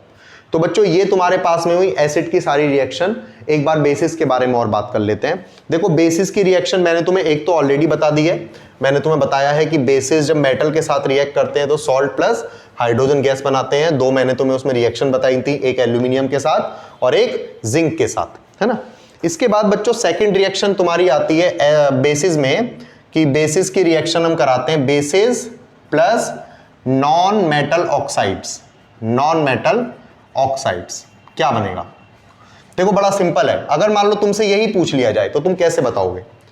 देखो नॉन मेटल ऑक्साइड्स होते हैं ना बेटा, वो basic in nature, sorry acidic in nature होते हैं। Non metal oxides acidic in nature होते हैं। अब तुम खुद सोचो, ये एसिडिक है, ये बेसिक है, और जब एसिड और बेस मिलते हैं तो क्या होता है? न्यूट्रलाइजेशन होता है, सॉल्ट प्लस वाटर बनता है। तो यहां पर क्या बनेगा? Salt plus water. बात समझ में आ रही है ना? एक बेस लो, मान लो तुमने ले लिया NaOH, और एक नॉन मेटल ऑक्साइड ले लो, मान लो तुमने ले लिया CO2, राइट। क्या बनाना है तुम्हें? वाटर। तो एक तो H2O बना दो, प्लस दूसरा क्या बनाओगे ये सोचने वाली बात है। देखो Na और ये कार्बन है, CO2 है, मान लो कार्बन डाइऑक्साइड की बात कर लेते हैं, इनके साथ केवल एक कंपाउंड बनता है Na2CO3, यानी कि sodium carbonate. Sodium carbonate, right. तो एक बहुत इंपॉर्टेंट रिएक्शन है, यानी कि बेस प्लस मेटल ऑक्साइड को ले लो, नॉन मेटल ऑक्साइड को ले लो, सॉल्ट प्लस हाइड्रोजन गैस बन जाता है। एक और एग्जांपल लेते हैं। देखो जैसे मान लो CaOH का होल ट्वाइस ले लो और साथ में तुम रिएक्शन करा दो SO2 की, राइट। तो देखो एक तो वाटर बना दो और साथ में क्या बनाओगे? Ca और SO2, तो ये बन जाएगा CaSO4, यानी कि कैल्शियम, कैल्शियम सल्फेट। मेरी बात समझ में आ रही है? ये हमारे पास मेरे ख्याल में रिएक्शंस तुम्हारी कंप्लीट हो चुकी हैं एसिड बेसिस एंड सॉल्ट्स की, और कोई रिएक्शन होगी तो नेक्स्ट टाइम डिस्कस कर लेंगे। ये तुम्हारा कंप्लीट हो गया, राइट। अब हम बात करेंगे मेटल एंड नॉन मेटल की। हाँ बच्चों, मेटल्स एंड नॉन मेटल्स। अच्छा एक बात मैं तुम्हें बताऊं कि एसिड बेसिस एंड सॉल्ट्स में अभी हमारे पास सॉल्ट्स बचा हुआ है। मैंने तुम्हें बताया था वो इंपॉर्टेंट टॉपिक है, तो उसकी एक अलग से वीडियो में कल डाल दूंगा, है ना, सॉल्ट्स को लेकर के। फिलहाल हम मेटल्स एंड नॉन मेटल्स की बात करते हैं। देखो बहुत आसान पड़ेगा तुम्हें, मैं तुम्हें बताता हूं। पहले दोनों चैप्टर में जो तुमने रिएक्शंस पढ़ी है ना, वही रिएक्शन तुम्हारे यहां पे काम आने वाली है। सबसे पहली रिएक्शन विद ऑक्सीजन, पढ़ चुके हो ना? पढ़ चुके हो ना? मेटल प्लस ऑक्सीजन में यहां पर लिखा था, metal plus oxygen metal oxide. तो कर दो फटाफट से।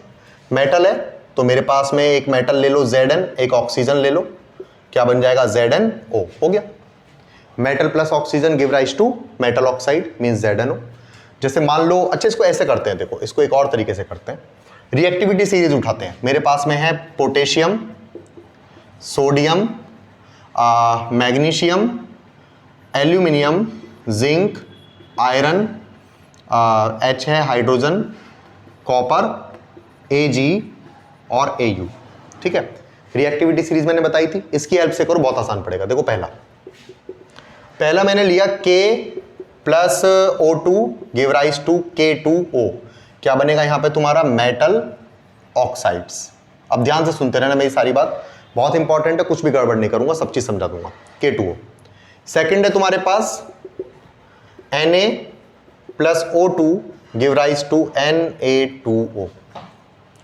बच्चों ये जो मेरे पास में दोनों रिएक्शंस है ना, ये होती हैं रूम टेम्परेचर पे, रूम टेम्परेचर पे होती हैं। बहुत इंपॉर्टेंट है। अब हम रिएक्टिविटी सीरीज की बात कर रहे हैं, देख रहे हैं कौन सा मेटल कितना रिएक्टिव है। तो हमने क्या किया, सोडियम और पोटेशियम लिए, ऑक्सीजन की प्रेजेंस में जस्ट ऐसे रख दिया है ना, चम्मच में लेके खड़े हो गए, तो क्या होगा, दोनों जल जाएंगे, यानी कि बिना गर्म किए रूम टेम्परेचर पे जल जाएंगे। ये हमारे पास हुआ, ऑक्साइड्स बन गए इनके, यानी कि सोडियम और पोटेशियम की ऑक्सीजन के साथ रिएक्शन। बच्चों ये जो ऑक्साइड्स होते हैं, अगर तुम इनकी वाटर के साथ रिएक्शन कराते हो तो क्या बन जाएंगे, तुम्हारे हाइड्रोक्साइड्स बन जाएंगे, यानी कि KOH बन जाएगा और NaOH बन जाएगा। पॉइंट क्लियर हो गया। ये हमारे पास में हुआ दोनों की, यानी कि हाईली रिएक्टिव मेटल्स की, पोटेशियम और सोडियम।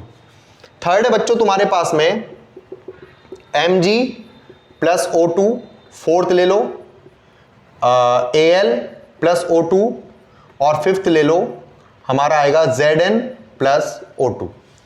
बच्चों ये जो Mg प्लस O2 है, ये बनाएगा MgO, मेटल ऑक्साइड, कुछ भी नया नहीं है, Al2O3 सिंपल, और ZnO, यानी कि कंप्लीट तीनों के ऑक्साइड तैयार हो गए। बच्चों ये क्या है, तीनों को गर्म करना पड़ेगा। देखो रिएक्टिविटी कम हो गई, यानी कि ज्यादा रिएक्टिव थे, रूम टेम्परेचर पर रिएक्ट कर गए थे, इन तीनों को तुम्हें गर्म करना पड़ा, और गर्म करके ये क्या हो गए, अपने ऑक्साइड्स इन्होंने बना दिए। बच्चों ये जो MgO है, इसको अगर तुम फर्दर वाटर में ऐड करोगे तो क्या बन जाएगा, MgOH का होल ट्वाइस। इसमें तो कोई दिक्कत ही नहीं है ना, इसको मिटा दो ऊपर वाले को, ये तो तुम्हारा कंप्लीट हो ही गया, ठीक है। तो MgOH का होल ट्वाइस बनाएगा, यानी कि बेसिक इन नेचर होता है। तो ये तुम्हारे पास एक और पॉइंट हो गया कि ये जो मेटल ऑक्साइड होता है बेसिक इन नेचर होता है, राइट। इसको मिटा रहा हूं मैं। उसके बाद आ जाओ तुम इन दोनों की बात, तो ये दोनों बहुत इंपॉर्टेंट है, इनको अलग से डिस्कस करेंगे कि इनके ऑक्साइड कैसे नेचर के होते हैं। बच्चों सिक्स्थ है हमारे पास, यहां तक आ गए हम, आयरन पे आ जाओ। देखो आयरन की रिएक्टिविटी कम होती है, जब तुम आयरन को ऑक्सीजन की प्रेजेंस में गर्म करते हो तो ऐसे नहीं होता, स्ट्रॉन्ग हीट करना पड़ेगा, स्ट्रॉन्ग हीट करना पड़ेगा, तो बनेगा तुम्हारा Fe3O4 प्लस, सॉरी Fe3O4 बन जाएगा, है ना, मतलब आयरन का ऑक्साइड बन गया, Fe3O4 बन गया। स्ट्रॉन्ग हीट करना पड़ा, देखो रिएक्टिविटी कम होती जा रही है, ये रूम टेम्परेचर पे, ये गर्म करने पे, ये स्ट्रॉन्ग हीट करने पे। नेक्स्ट आता है बच्चों तुम्हारे पास में कॉपर। तो जब तुम कॉपर को ऑक्सीजन की प्रेजेंस में गर्म करते हो तो वो स्ट्रॉन्ग हीट पे भी नहीं करता, कैसे करेगा, प्रोलॉन्ग्ड हीटिंग, प्रोलॉन्ग्ड हीटिंग, मतलब तुम्हें लंबे समय तक गर्म करना पड़ेगा, वो भी स्ट्रांगली, लंबे समय तक, लॉन्ग टाइम तक गर्म करना पड़ेगा, तब जाके रिएक्ट करेगा और बना देगा CuO। तो ये तुम्हारे पास में है मेटल्स की रिएक्शन, ऑक्सीजन के साथ मेटल ऑक्साइड बन गए, और मेटल ऑक्साइड में हमने जाना कि किस तरीके से रिएक्टिविटी के अकॉर्डिंग इनकी रिएक्शन हम लिख सकते हैं, राइट। बच्चों ये जो हमारे नीचे के बनते हैं Ag और सिल्वर, ये कोई रिएक्शन नहीं करते, तो इसमें आ गया no reaction with oxygen, right. ये तुम्हारा हो गया रिएक्शन विद ऑक्सीजन। दो हमने छोड़े थे बच्चों, Al2O3 और ZnO, तो इनके बारे में बात कर लेते हैं। देखो दरअसल ये जो है ना, ये हमारे बेसिक भी होते हैं और एसिडिक भी होते हैं, बेसिक इन नेचर भी होते हैं और एसिडिक इन नेचर भी होते हैं, ये बहुत इंपॉर्टेंट है, और इनको हम बोलते हैं एम्फोटेरिक ऑक्साइड्स, एम्फोटेरिक ऑक्साइड्स। कौन से होते हैं, जो एसिडिक भी हों एज वेल एज बेसिक भी हों, राइट। एसिडिक भी हो और बेसिक भी हो, उनको हम बोलते हैं एम्फोटेरिक ऑक्साइड्स। एग्जांपल लेते हैं, देखो मैंने लिखा Al2O3 प्लस एसिड ले लो HCl, Al2O3 प्लस बेस ले लो NaOH। अब ले लो ZnO प्लस H2SO4 ले लो, और ZnO प्लस NaOH बेस। अब देखो सुनो, अगर एसिड के साथ रिएक्ट करके ये वाटर बना दे तो समझ लो इसका नेचर बेसिक इन नेचर, क्योंकि base plus acid give rise to salt plus water. तो वाटर बना दो, मुझे पता है ना बेसिक इन नेचर है, एसिड और बेसिक दोनों है, तो सोचने की जरूरत ही नहीं है। और क्या बन जाएगा बेटा यहाँ पे AlCl3, है ना। देखो H और O को हटा दो, क्या बन जाएगा, वाटर, और यहां बन जाएगा AlCl3। तो ये कैसा हो गया, ये तुम्हारा कैसा नेचर हो गया, बेसिक इन नेचर हो गया। क्यों, क्योंकि एसिड के साथ रिएक्ट करके सॉल्ट प्लस वाटर बना रहा है, राइट। अब यहां जाओ बच्चों, ये है बेस, बेस के साथ रिएक्शन होगी एल्यूमिनियम ऑक्साइड की, तो क्या बनेगा, एक तो वाटर बनेगा क्योंकि ये एसिडिक इन नेचर है, हमें पता है एम्फोटेरिक है, और साथ में बनेगा बेटे NaAl O2। ये हम पहले बना चुके हैं सोडियम एल्यूमिनेट, जब मैंने तुम बताया था कि एसिड्स बेसिस मेटल के साथ कैसे रिएक्ट करते हैं, तो हमने बनाया था सोडियम एल्यूमिनेट। दोबारा से रिपीट हुआ है, इसको ध्यान रखना। और ये कैसा हो गया, एसिडिक इन नेचर हो गया, क्योंकि बेस के साथ मिलकर सॉल्ट और वाटर बना रहा है। ऐसे बच्चों ये बनाएगा, देखो खत्म। ZnSO4 प्लस H2O, इसका नेचर कैसा हो गया, बेसिक हो गया, क्योंकि एसिड के साथ रिएक्ट करके सॉल्ट और वाटर बना रहा है। और ये कैसा है, यहां पे बेस के साथ रिएक्ट करके क्या बनाएगा, सॉल्ट और वाटर। क्यों बनाएगा, क्योंकि ये है एसिडिक इन नेचर, और एसिडिक इन नेचर होने की वजह से ये सॉल्ट और वाटर बना देगा। तो यहां पर क्या बनेगा तुम्हारा, Na2ZnO2, इसको हम क्या बोलते हैं, सोडियम जिंकेट बोलते हैं। और सोडियम जिंकेट भी हम पहले बना चुके हैं, जहां पर सोडियम एल्यूमिनेट बनाया था वहां पर हमने सोडियम जिंकेट भी बनाया था। तो ये तुम्हारा हुआ कंप्लीट रिएक्शन विद ऑक्सीजन। ये समझ में आ गया, कंप्लीट हो गया ना। नेक्स्ट आएगा बच्चों तुम्हारा सेकंड है रिएक्शन विद वाटर। बहुत इंपॉर्टेंट है, वाटर के साथ रिएक्शन देखते हैं। देखो सबसे पहली बात जान लो कि अगर मेटल रिएक्ट करेगा लिक्विड वाटर के साथ, लिक्विड वाटर के साथ, तो बनाएगा हाइड्रोक्साइड, मतलब मेटल का हाइड्रोक्साइड प्लस हाइड्रोजन गैस। और अगर मेटल रिएक्ट करेगा वेपर के साथ या स्टीम के साथ, है ना, स्टीम वाटर के साथ, स्टीम H2O के साथ, तो बनाएगा मेटल का ऑक्साइड प्लस हाइड्रोजन गैस। सही है, ये बात हमें ध्यान रखने की है। अब बहुत जल्दी से उठाते हैं। देखो पहला, भाई साहब ये दोनों बहुत ज्यादा रिएक्टिव हैं, इनके बीच में कैल्शियम भी ले लो, हमारे सिलेबस के हिसाब से कैल्शियम भी बहुत ज्यादा रिएक्टिव है। तो देखो K plus H2O, Na plus H2O और Ca प्लस H2O, भाई साहब तीनों बहुत ज्यादा रिएक्टिव हैं। पता है कितने रिएक्टिव हैं, इतने रिएक्टिव हैं कि तीनों ही ठंडे पानी के साथ रिएक्ट करते हैं। ये तीनों ही ठंडे पानी के साथ रिएक्ट करते हैं और क्या बनाते हैं, ये बनाते हैं KOH। मैंने बताया ना लिक्विड वाटर के साथ क्या बनेगा, हाइड्रोक्साइड। तो हाइड्रोक्साइड क्या होता है, KOH प्लस H2 और NaOH प्लस H2 और CaOH का होल ट्वाइस प्लस H2। कैसा पानी है सारा का सारा, ये ठंडा पानी, यानी कि कोल्ड वाटर है ना सारा। ये सारा कैसा है, कोल्ड वाटर। बच्चों यहां पे एक इंपॉर्टेंट डिस्कशन सुनो। अब ये जो हाइड्रोजन गैस है ना, दरअसल में जो रिएक्शन है ना बहुत ज्यादा एक्सोथर्मिक है, इतनी ज्यादा एक्सोथर्मिक है। एक्सोथर्मिक रिएक्शन कौन से होती है, जिसमें हीट जनरेट होती है। इतनी ज्यादा एक्सोथर्मिक है कि हाइड्रोजन गैस जल जाती है। और यहां पर होते हैं एक्सप्लोजन्स, एक्सप्लोजन्स के साथ जलती है, जोर शोर से जलती है। इतनी ज्यादा हीट जनरेट होती है कि एक्सप्लोजन होते हैं। यहां पर भी इतनी ज्यादा हीट जनरेट होती है कि हाइड्रोजन गैस जल जाती है, बट लिटिल एक्सप्लोजन होते हैं, लिटिल एक्सप्लोजन होते हैं, राइट। बच्चों यहां पर क्या होता है, यहां पर भी हीट जनरेट होती है, बट वो इतनी नहीं होती कि हाइड्रोजन गैस को जला सके। तो होता क्या है कि जो हीट है उसकी वजह से जो बबल्स बने हैं ना, जो हाइड्रोजन गैस के बबल्स बने हैं, वो हाइड्रोजन गैस के बबल्स इस कैल्शियम के साथ स्टिक हो जाते हैं, चिपक जाते हैं, जिससे कैल्शियम फ्लोट करना स्टार्ट कर देता है। बहुत इंपॉर्टेंट क्वेश्चन है कि कैल्शियम को पानी में डालने पर कैल्शियम फ्लोट क्यों करने लगता है। कैल्शियम फ्लोट इसलिए करता है क्योंकि तुमने कैल्शियम के टुकड़े को पानी में डाला। मान लो तुमने यहां पे पानी लिया और वाटर में कैल्शियम का टुकड़ा डाल दिया, कैल्शियम का पीस डाल दिया, तो क्या होता है, हाइड्रोजन गैस के बबल्स बनते हैं। वो हाइड्रोजन गैस के बबल्स इसके साथ चिपक जाएंगे। हाइड्रोजन हल्की होती है, इसको ऊपर ले आएगी और ये यहीं पर तैरना स्टार्ट कर देगा, फ्लोट करना स्टार्ट कर देगा। बहुत इंपॉर्टेंट पॉइंट है। देखो रिएक्टिविटी सीरीज मेंटेन हो रही है, देखो कैसे हो रही है। कैल्शियम भी लिख लो यहाँ पे। ये कैसा हो रहा है, एक्सप्लोजन के साथ जल रहा है। ये कैसा जल रहा है, लिटिल एक्सप्लोजन जल रहा है, लिटिल एक्सप्लोजन जल रहा है। और ये कैसा हो रहा है, ये नो एक्सप्लोजन बट फ्लोट कर रहा है ना, फ्लोट कर रहा है। मैंने यहां पे लिख दिया ये फ्लोट कर रहा है, राइट। तीनों वे इंपॉर्टेंट हैं। चलिए अब बच्चों हम लोग बात करते हैं, कैल्शियम के बाद आया हमारे पास कौन सा, मैग्नीशियम। तो देखो मैग्नीशियम क्या है, अब कम रिएक्टिव है। मैग्नीशियम कम रिएक्टिव है, ये ठंडे पानी के साथ रिएक्ट कर रहे थे। अब मैग्नीशियम क्या करेगा, ठंडे पानी के साथ रिएक्ट नहीं करेगा, उसको गर्म पानी चाहिए।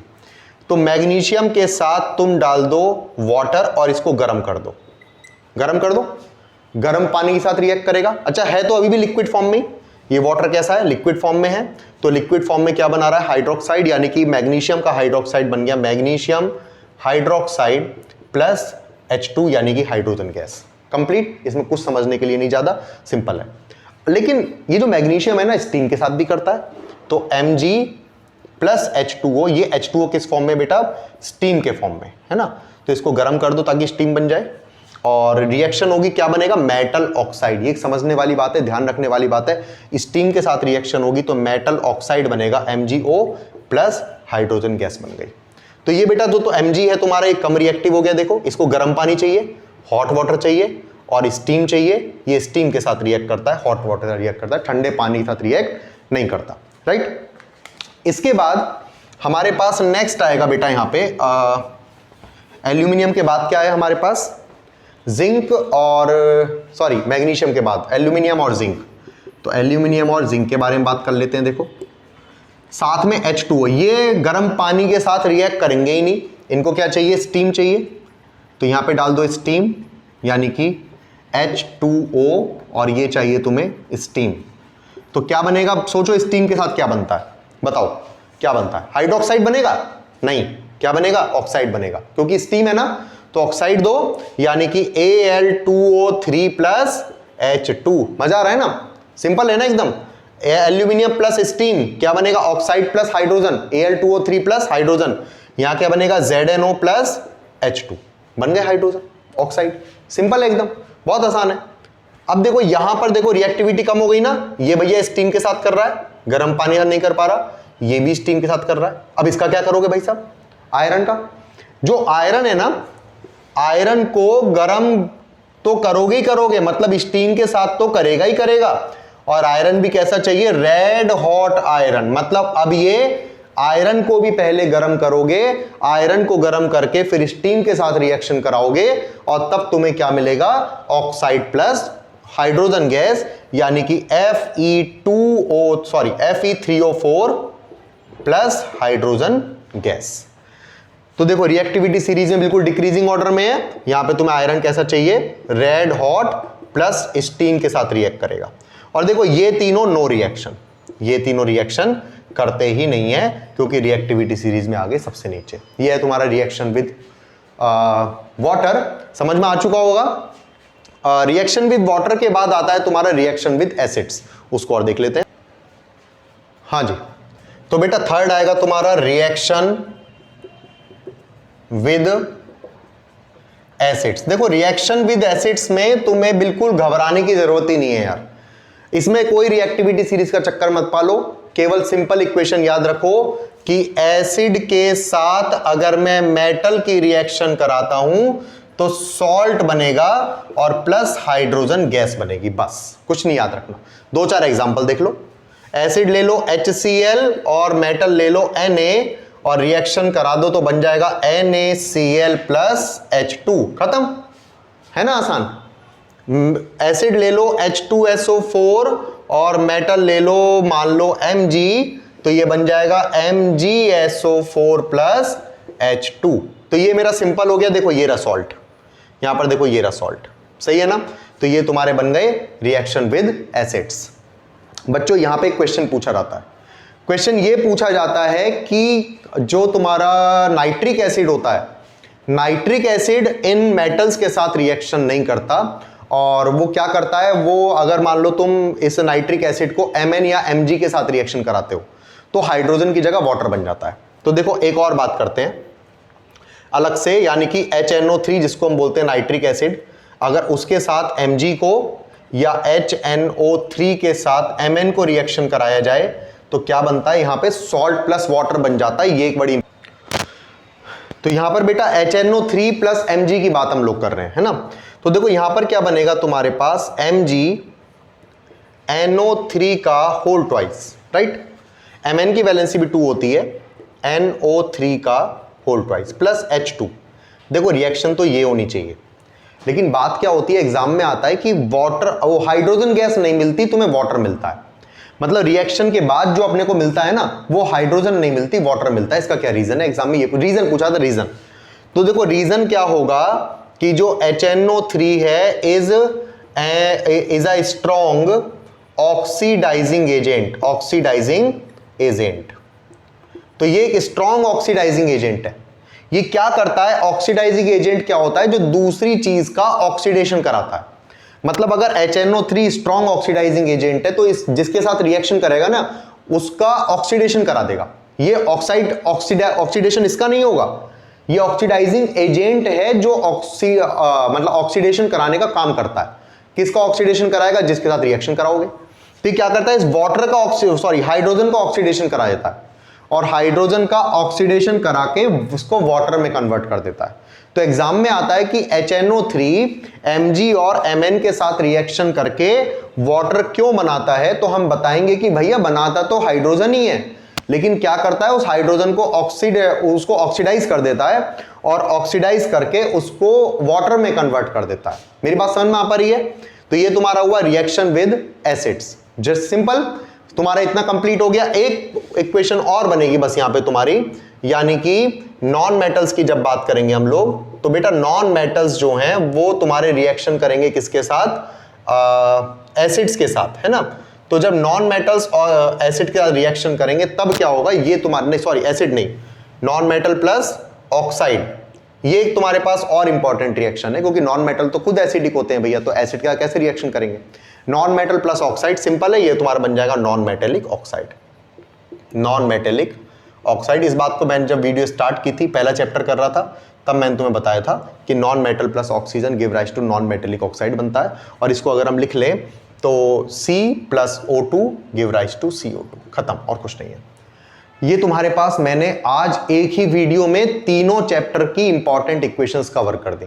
तुम्हारा सॉल्ट वाला पोर्शन छूटा हुआ है, उसको अलग से वीडियो में डाल देंगे। बेटा एक बात ध्यान रखो, इनको करने का फायदा तब है यार, देखो मैंने बहुत मेहनत की है इन रिएक्शंस को कंप्लीट कराने में, लेकिन तुम्हें क्या करना होगा, जैसे जैसे वीडियो कंप्लीट होती जाएगी स्टेप बाय स्टेप इन सारी इक्वेशंस को अपनी कॉपी में नोट करते चले जाओ एक साथ, है ना। जैसे मैंने यहाँ पे लिखवाया ना वैसे ही नोट करो, स्क्रीनशॉट मत लेना यार, स्क्रीनशॉट का कोई फायदा नहीं है, तुम्हारे मोबाइल में पड़े रहेंगे। तुम्हें क्या करना है, इनके पॉज करो, वीडियो पॉज करो, इक्वेशन लिखो, वीडियो पॉज करो, इक्वेशन लिखो। तो इक्वेशंस अपने पास लिखते चले जाओ, उससे तुम्हें क्या बेनिफिट होगा, सारी इक्वेशंस तुम्हारे पास आ जाएंगी, तो तुम्हें याद करने में, समझने में बहुत आसानी होगी, है ना। तो बेटा ये तुम्हारा कंप्लीट हुआ। जल्दी मैं तुम्हारी सॉल्ट की वीडियो डाल दूंगा और उसके बाद कुछ इंपॉर्टेंट क्वेश्चंस। चलिए जल्दी मिलते हैं।